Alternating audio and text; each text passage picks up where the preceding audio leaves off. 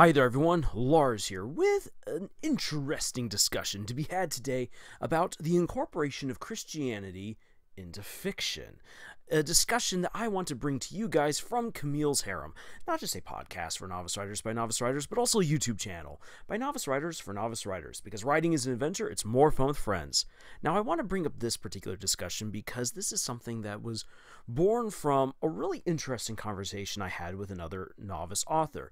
Someone who wants to have this wonderful, brilliant, otherworldly, multiversal, crazy story that has all different kinds of magic, beings, monsters, deities, but then to introduce the Christian God as the God above them all. An interesting idea right here, and it is one that has been explored by other authors in the past, but I had the conversation with them asking, well, why exactly do you want to bring in the Christian God? And they said it was for their own personal beliefs and reasons, which is totally fine.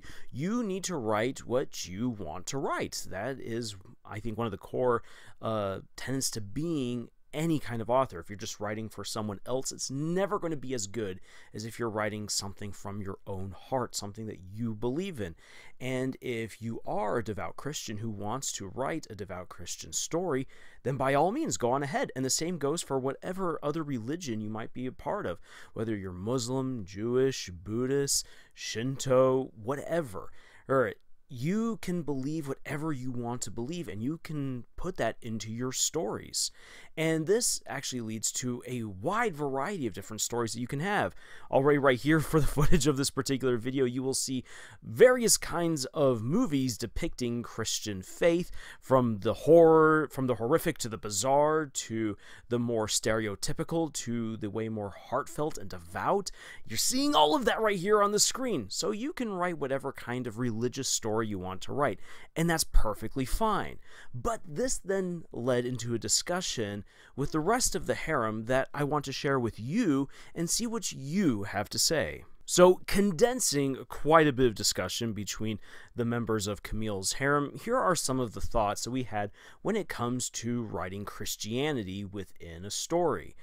Number one, why exactly are you writing this particular story? Are you writing it with a Christian vibe because you just think that that'd be something really neat to throw in? Are you trying to convey a certain Christian ideal or a Christian message? Are you trying to convert people with your story? I've met quite a few people who write Christian fairy tales and Christian books with the hopes of converting people to their particular way of faith. The reason why you have to ask this question is because that kind of tells you already what you should be including and also who your audience should be. For one thing, if you're writing a book to an audience of Christians, you're already in for a bit of a rough ride because there are so many different denominations of Christianity, and each denomination has a differing view on certain aspects of the religion. The thing which makes anyone a Christian is that they believe that Jesus Christ is the Son of God and the Savior of mankind, and that what he did is going to save you. So that is what ultimately makes a Christian. However, all of the different points on the commandments, how that is supposed to be applied, what certain things do you do, what things do you not do as a Christian, differs from denomination to denomination. So if you're writing a story where characters have to live and act and say and think a certain way in order to be saved, well, the thing that you have to take into account is that that might not be what another Christian feels or thinks or at their core believes. And the reason why I bring that up is because that could turn people against your story. And if you're writing this to try to convert people to your way of thinking, it's not going to work. Writing books to try to convert people, again, I've read the books of people who've tried to do that. It's not for me. Other people deeply believe in it. Okay, well, there you go. There are then those people who are writing, well, love stories with Christian elements, and they want to show how Christian faith and Christian values can bring people together, people who you didn't think could ever get together. Because of their common beliefs, they're able to bridge all the other things that prevent them from having a healthy and happy relationship, and that by bringing God into the equation, everything works out. that is a message that resonates with a whole lot of people. The Hallmark channels kind of moved a little bit away from that, but at the heart of a Hallmark story, you basically have that kind of stuff coming out, that the goodness that people share deep within, their great values, are what allow them to bridge whatever obstacles life throws their way in order for them to come together. And if God is in the equation, then that might just be the sealing power that just brings them together. It's like, haha, because God has ordained for these two to come together, they will get together despite anything that's thrown at them. And that can actually serve as a really interesting, very engaging, and very fulfilling love story. And then we also have on a completely different side of the equation, on the different side of the discussion, we have stuff like anime, where you constantly see Christian symbols and Christian faith being used either as villains or as good guys, and there's absolutely nothing to do with Christianity other than the cross, the idea of nuns and priests, and a talk about God.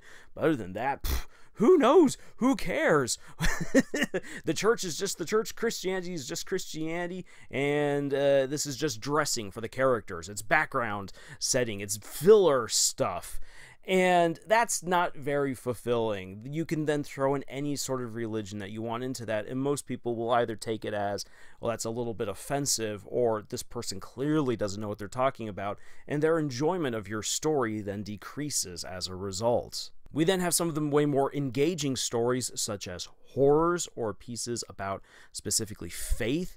This is where you either go into real fiction, where you've got angels and demons fighting against each other through humanity, and just weird stuff can happen. Anything can happen, because this is the power of the divine and the demonic clashing within the regular world. Or you then have these pieces where people are writing about the life of Jesus Christ, or about his apostles, or about various saints, and this tends more either into historical work or historical fiction. So there is a lot that can be done with Christianity, all of these different kinds of stories. So you kind of have to ask yourself, well, what is it that I'm writing? Who is my audience? What do I want to accomplish with this story? And that will kind of let you know how you're going to incorporate an element like Christianity into your story. Now, one of the reasons why I felt like I should bring this up is not just because I want to announce right here that I'm going to be doing kind of like a little mini series on Make the Exorcist Fall in Love, because this is a manga that definitely needs more attention here in the West because it is phenomenal, but also because of this. The topic of Christianity has a ton of weight to it. It is one of the world's largest religions, with so many people belonging to it. It is a religion that is found in multiple cultures. So it has all different kinds of interpretations, never mind the different denominations. There's a beautiful history to Christianity, but also very bloody history to it as well. You have all different kinds of controversies. You also have all different kinds of good things that have been done by Christians and by Christian organizations. There's a ton of weight to it. And when you decide to just simply pluck this thing up because I might be a Christian and I want to infuse some of my faith and some of my beliefs into the story, hey, Tolkien did it, I should be able to do it as well. Again, realize that there is a lot of baggage that comes with using really any major world religion, because everyone is going to have their own opinion of it the moment that they collide with it when reading your story. And it might not always be the most positive image. Now, that's not up to you to change another person's opinion, but it's still something to bear in mind. Know that some people are going to get rubbed the wrong way because you have a Christian element within your story. There are a ton of people, for instance, who don't like Brandon Sanderson's works, even though it's weird because they actually do. They like the inventiveness of his worlds, but they hate the fact that there are blatant Christian messages in some of the books, and that's because he's a Latter-day Saint. And so some of his beliefs come on into that. And there's some people who despise Tolkien because the obvious Christian messages that are sprinkled throughout his books. And well, you're not going to convert everyone to your way of thinking, and nor should you try, in my personal opinion. If you have religious beliefs that you want to put into your story, then by all means, feel free to put that into your story. However, I will say this: the more inventive that you can get, and the more universal you can be with some of your messages, the more readily people will accept your beliefs being within your own book. And I honestly think that a lot of people will also be very proud of any author who is brave enough to put their beliefs within their story. It's not a bad thing, and it's not something that you need to shy away from. But again, to use Brandon Sanderson and Tolkien kind of as examples right here, the Mistborn trilogy has an amazing message about finding faith in life and why faith is important and why so many people actually turn away from it when the going gets rough, but why it is essential to being a human and in many cases to being a hero. And if you haven't read Mistborn yet, that's something that I would encourage you to do, because I'm not going to ruin it, because it's such a beautiful message by the end of the third book when everything comes together and you're like, oh wow. And especially if you know anything about the Church of Jesus Christ of Latter-day Saints and their beliefs, even though there's a lot of people who don't jive with them, it is actually a message that still rings very true to a lot of people, because it is a universal ideal of heroism and belief. And then when we look at the works of J.R.R. Tolkien, he infused a lot of Catholic beliefs into his stories. And not everyone who's Christian is Catholic. There's a lot of different Protestant denominations and other people who don't see Christianity the same way that the Catholics do. And yet when they look at the adventures of Frodo and his friends, you see those messages of brotherhood, of sacrifice, selflessness, redemption, good versus evil, and how when evil seems completely unbeatable, so long as good people stand up to it, God will make up that difference. Those are messages that apply to so many beliefs, not just Christians, but all throughout the world, and that's something that resonates with people. This is why I said earlier that getting a little bit more creative and universal with your messaging can be really helpful in drawing people to your beliefs and helping to just help them to enjoy your message a whole lot more within your story, even if it comes from a place of your own personal belief and you can't exactly convert someone else through your book or make them see the world the exact same way that you do. By making some of your messages and some of your beliefs more universal and you introduce it in a creative way, people will be far more engaged, and they won't be like, well, I have this opinion of Christianity, and this is obviously a Christian message, and so I'm not going to pay as much attention to it. They might say, this is a Christian message, I can see it right here, but the way that the author has done it, this is unique. This is something new. I had never thought of it this way. And I like the characters, and I like the world. I like the setting. Okay, I see what you're doing, but I'm still picking up because I like it, and I do like that message. Thank you for sharing it. That's how most people, I think, will actually engage in any sort of Christian work that wishes to convey broader, more universal truths that aren't just clipped to a specific denomination. And I hope that makes sense. And please, for anything that I've already said so far, and I know I've been giving you slap after slap, like just waffle after waffle after waffle of ideas right here, please let me know your thoughts in the comments below. And yes, this video might get a little bit long. Yeesh. But coming back to the original conversation about incorporating Christianity into a very fantasy story, and in this case, blatantly, here is Christianity into it. This is where we as Camille's Harem would caution writers, really get to know the mythology and fantasy of Christianity before you start engaging with it as a fantasy element within your story. The reason why we say that is this: there's a lot of fantasy and a lot of mythology to Christianity. Dante's comedy, the Divine Comedy, but mostly the Inferno, which is the first part of Dante's Divine Comedy, was probably the first major effort to combine all of the different fairy tales, mythologies surrounding Christianity into one story. And so that's how you can have all of these different Greek elements, Roman elements, and everything beyond into all these weird pagan views of the world, different monsters, different creatures, different people from myths that have absolutely nothing to do with Christianity. They all find their way into the Christian mythology thanks to Dante's work.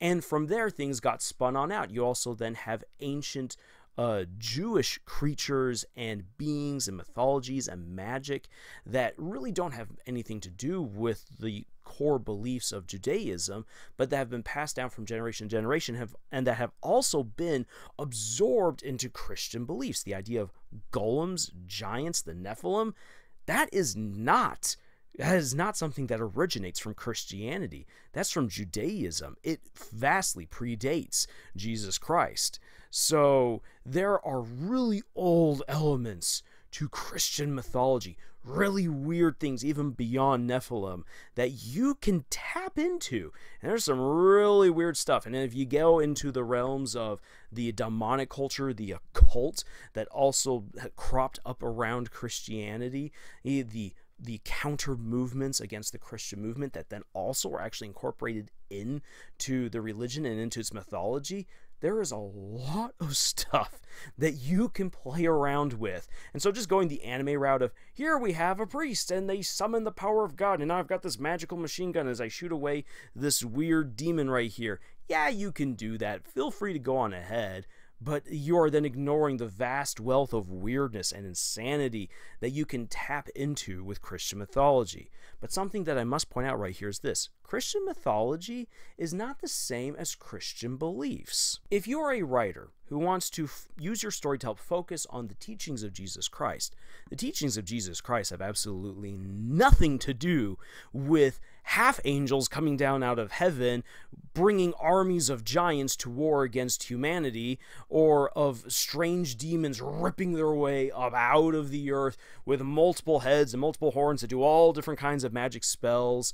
You can find that stuff in Christian mythology, and you can find references to interesting beings and angels within the scriptures, but the core teachings of Christianity have absolutely nothing to do with that. So if you're going to have your story focus on the teachings of Jesus, using that within a blatantly fantasy world, you're going to run into a lot of awkward questions.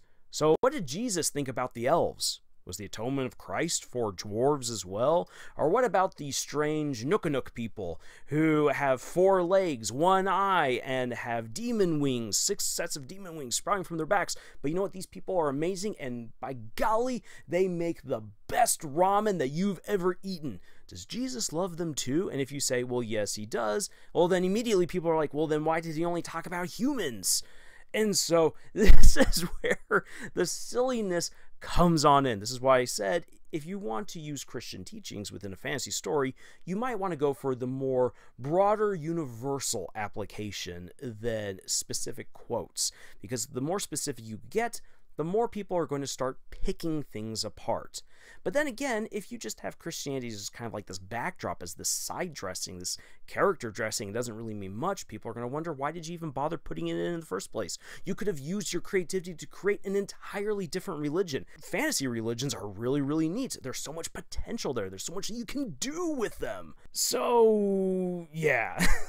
Again, if it sounds like I'm rambling, it's because this is a huge topic, and there's no one right answer. Instead, there's just really more cautions than anything else, things to kind of keep in mind. This is probably why when you find Christian stories, most of it is about, I have faith, or I've rediscovered my faith, or my faith has led me to fall in love with someone, and that's about it, unless you go into the Exorcist realm of Christian storytelling, where now is good versus evil, and all this kind of weird stuff can happen, but it's okay because we still have our core element of good versus evil. So, to kind of wrap up all these ramblings, this is why I'm going to introduce to you all Make the Exorcist Fall in Love. And this is why I'm going to highly recommend this to anyone who's thinking about incorporating the teachings of Jesus Christ into a fantasy setting. Because I think that it is, honestly, probably one of the best versions of this that I have ever seen. Because in the story of Make the Exorcist Fall in Love, you have this fantasy world, kind of set in our own, where angels and demons are going to clash.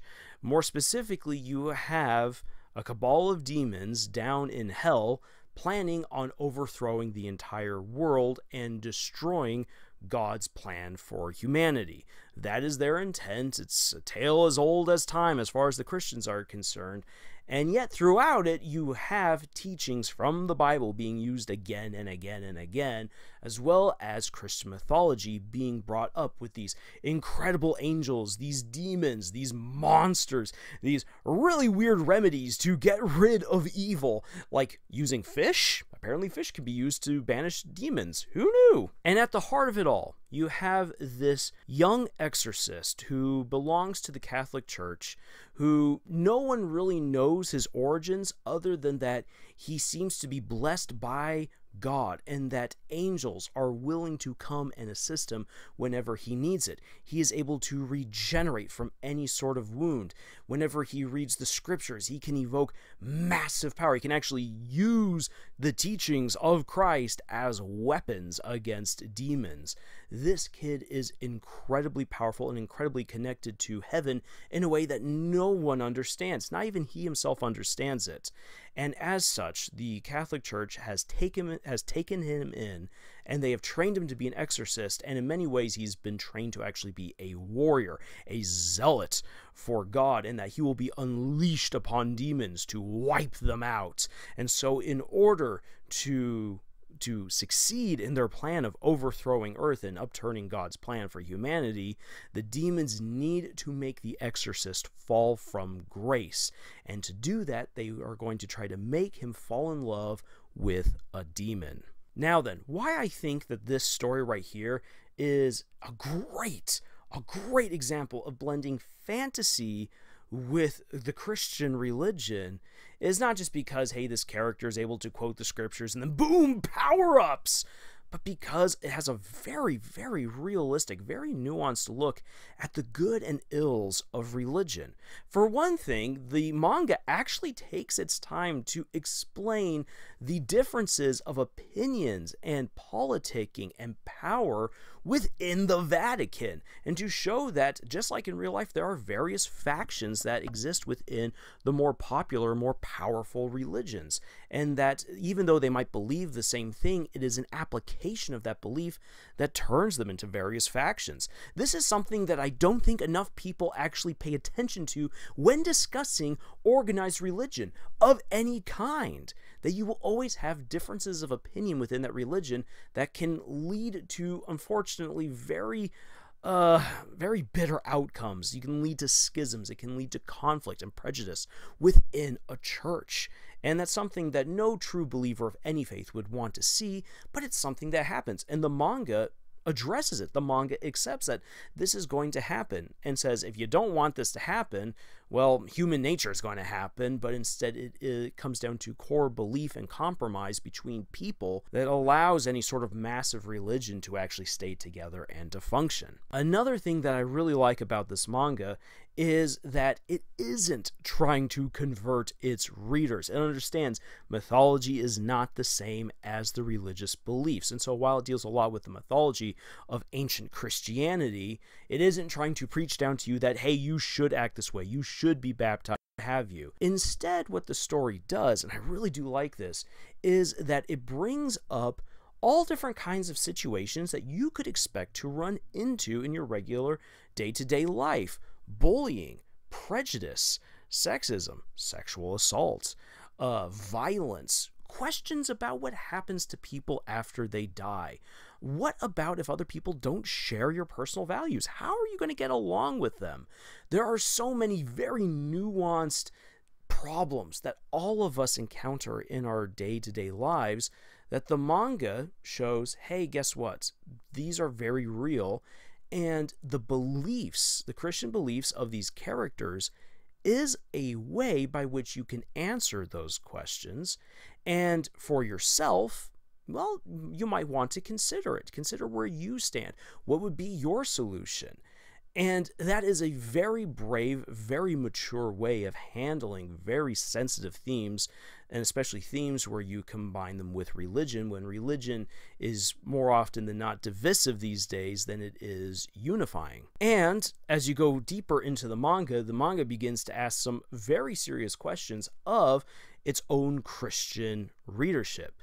Granted, this is a Japanese story, and there's a very small percentage of Japanese people who are Christian.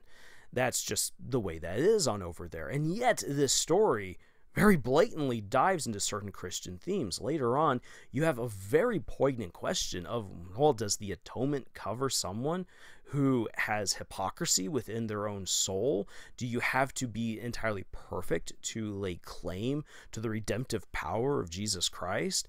And if you're inherently a bad person who is seeking redemption, doesn't that place you more at the mercy of evil than of good? How much does good actually care about you? It is a heavy moment.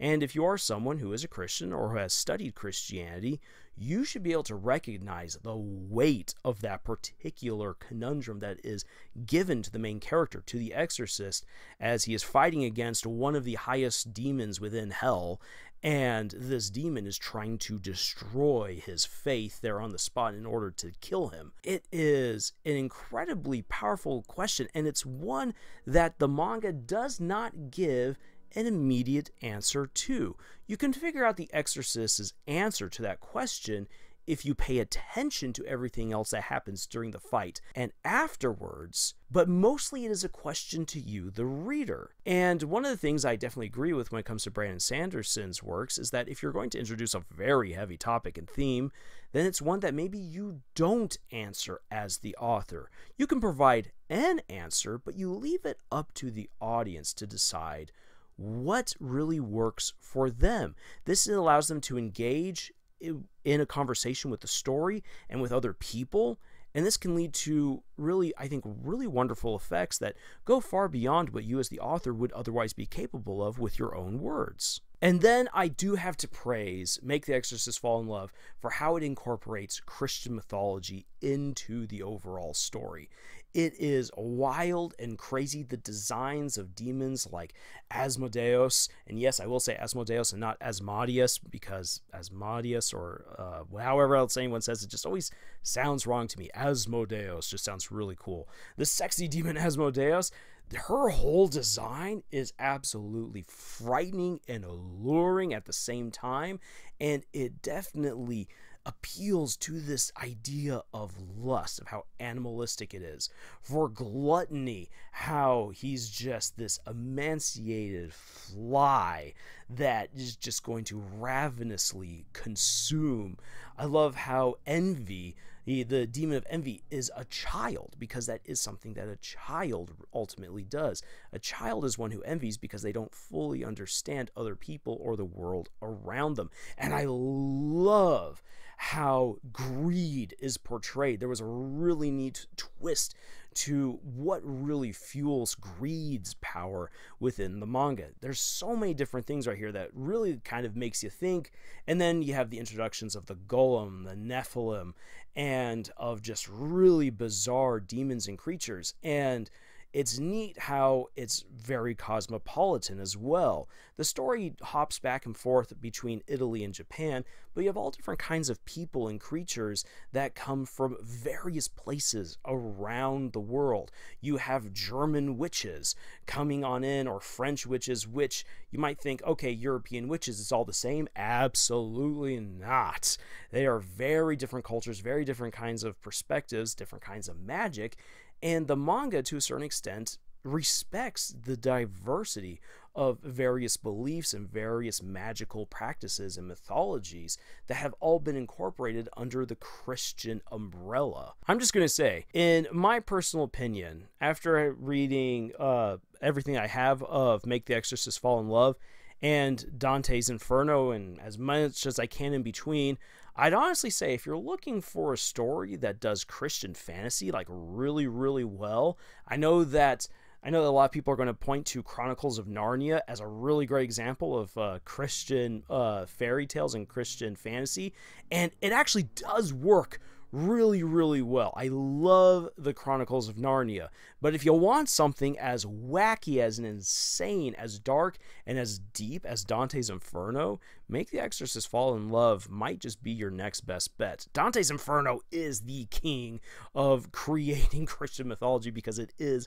the work that codified Christian mythology. Now then, last thing I do want to bring up here in this long-winded video before I again recommend that you should check out my upcoming mini-series where I'm going to do battle analyses of Make the Exorcist Fall in Love is this, and this is something that Scott brought up in our Harem discussion on this topic of Christianity in fantasy. What he said is that it takes a lot of creativity to use religion and to use its mythology within a story.